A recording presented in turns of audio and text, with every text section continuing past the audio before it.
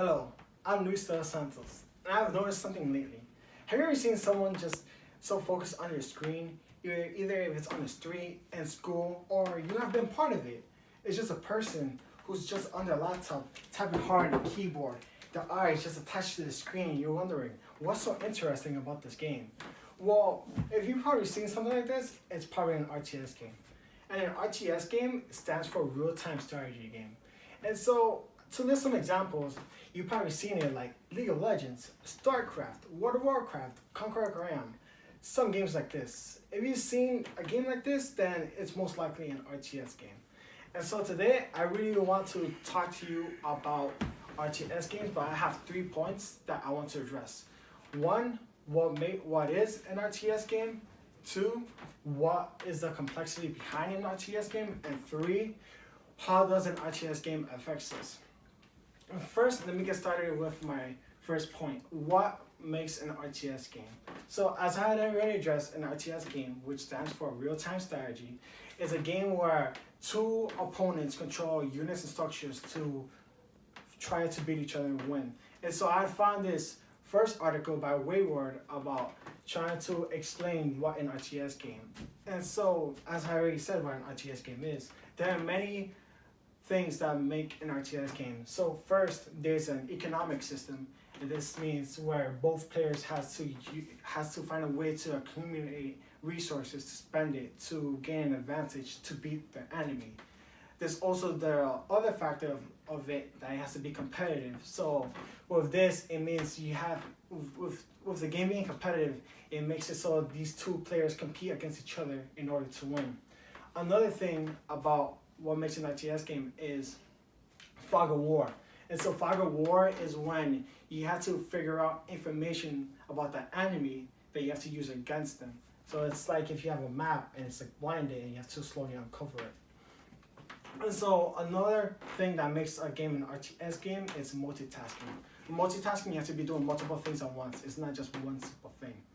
And so onto my next point about the complexity of an RTS game. So I want to address that. I found this study by Stefan Shiphan, and the title of the article says that 40 hours of StarCraft is good for you. And so for those who don't know what StarCraft is, it's an RTS game. And so what the study has shown is that many people who have played multiple hours of this RTS game had a higher level of cognitive thinking. And so what cognitive thinking does is that it allows you to have more brain power to make better decision makings in certain areas of your life. And so another thing about what makes RTS games so complex is that it's not like every other basic game like Candy Crush where you're just wasting your time. With this, it's very complex where it brings gaming to a higher level where it actually takes some genius and intelligence to play like chess. Another thing I want to address about RTS games is that although it's not just basic, it has a story. So you're not just wasting your time, but through this, you're also learning something new, and this is where games actually taught you something, and it's not where it's like pay to win in amount of time. And so this brings me on to my final point about how these games are affecting us. And so I have found this last source. Well, it was like a debate by Eric Johnson about how RTS games or games in general are affecting us. And so what this article says is that we should stop considering this we should stop considering esports as real sports because it has been shown to be detrimental to kids. And what this article says is that kids nowadays aren't focusing in real sports or exercising and now playing video games all day, and now leading them to be weaker. There's also this other point about how it's affecting us in a positive way, that it has not only given kids more opportunities to do other jobs that they want to do as well as others.